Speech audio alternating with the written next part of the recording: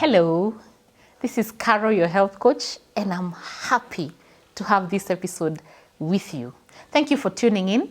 And as always, I am excited to see you. I'm excited to learn with you on natural resources around us, within us, and with us, so that we can be able to maximize our health, prevent diseases as we manage them. On this platform, we talk about the most recent, the issues that are surrounding us. You tell me what to discuss. And most of you have asked me to talk about panic attacks and anxiety.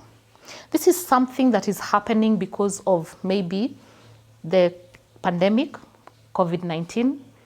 It has destabilized most of us, our economy, everything.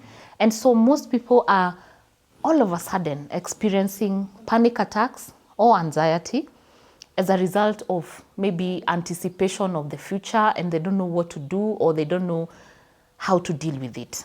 This is why we are having this conversation. And the first question we will answer is panic attack anxiety, or is anxiety panic attack? What's the difference, if there is any? Are they similar?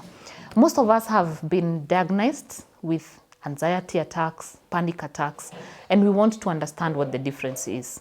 There is one major difference. Panic attacks, there are actually two differences. Panic attacks prepare you. Before they show up, they prepare you.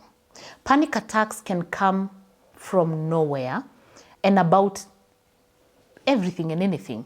Like, for example, there are people who have a sudden fear of death from nowhere. Not because they have lost someone who is close to them, not because they know anyone who've died, or maybe because they watched on news someone who died, and slowly it grows and one day it just captures you.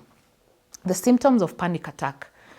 When panic attack shows up, you feel like you're dying. Literally, you feel like your heart stops.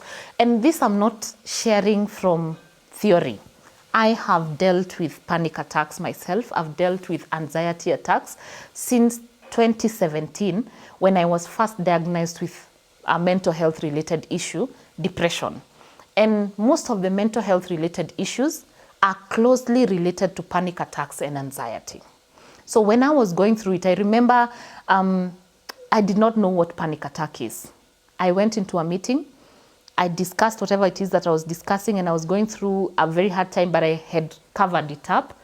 Then when the meeting ended, I tried rising up from where I was seated, and I couldn't. I couldn't pick my phone and call someone to come and pick me. I couldn't move.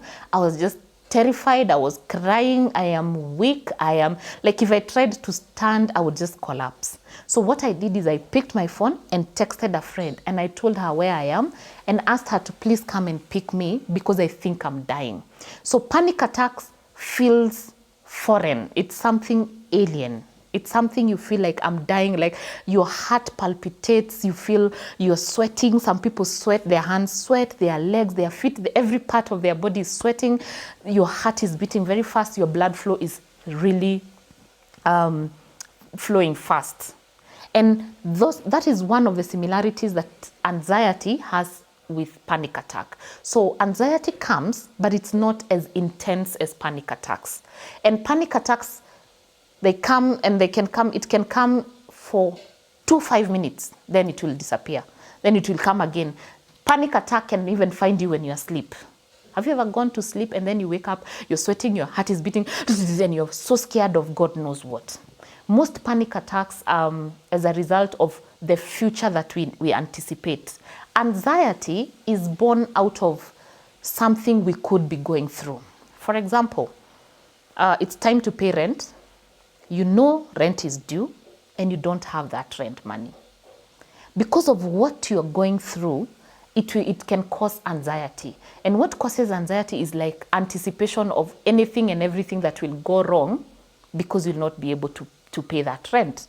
So anxiety sometimes, and most of the times, it is caused by our environmental factor. It could be an environmental factor because, of course, if you're in, like, for example, there are people who are afraid of being in an enclosed place. If they are enclosed, of course, the environment around will cause anxiety.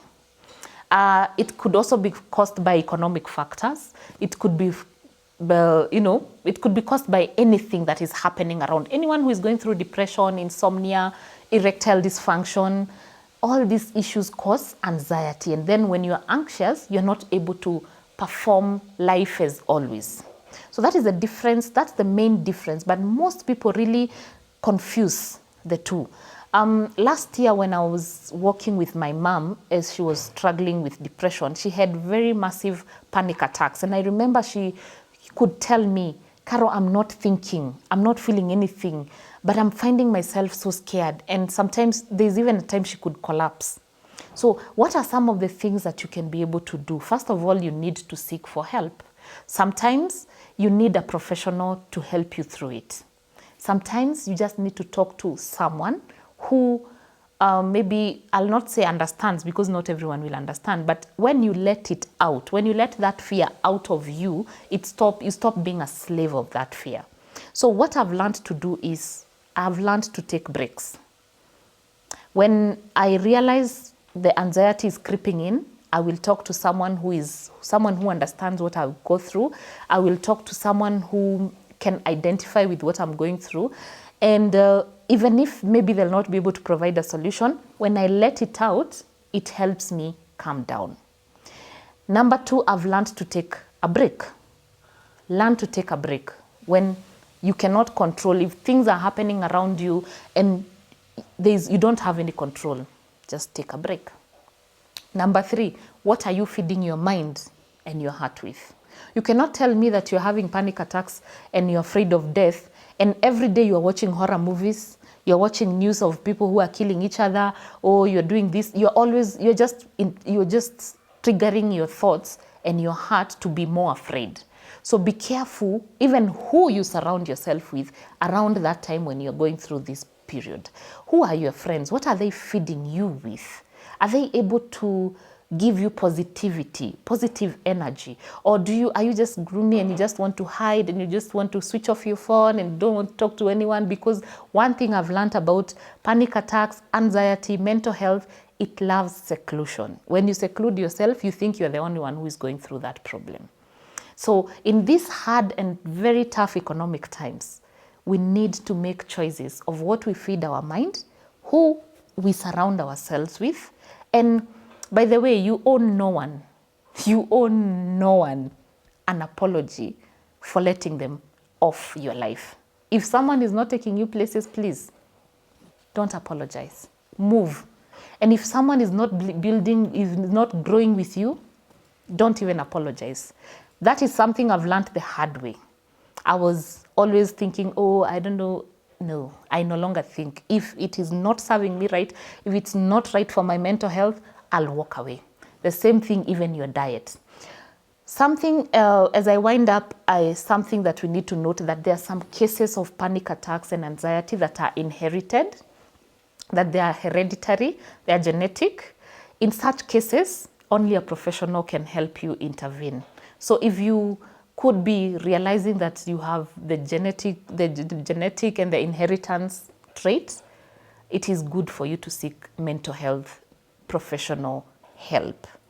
As I wind up, I request that you subscribe to our YouTube channel, because on this channel we discuss different topics that will keep us healthy, happy, and always looking to live a healthy and happy lifestyle. So I'm excited to invite you to also follow me on Facebook and on Instagram. My name is Caro, your health coach. Feel free to follow me, feel free to DM me, and we will have these conversations going, because there are some of the things in our household that can help us manage anxiety. Like, for example, let me give you a secret. If you're feeling so anxious and you don't know much what to do, you can drink a glass of water, take breathing exercises. Breathe in, count to 5. Breathe out. Breathing helps you relax. So try and breathe in as you count to 5, breathe out, count to 5. Repeat that and you will find yourself coming down. At the same time, we have different herbal teas that will help you. The orange pills tea, rosemary tea. There's so many And if you follow me on Facebook and on Instagram, I will share some of these teas that you can use. Otherwise, the world owes you no happiness. It's up to you to choose to be happy. This is Caro, your health coach, rejuvenating nature's beam as we get healthy and stay healthy. Until next time, I'm happy to see you. Bye-bye.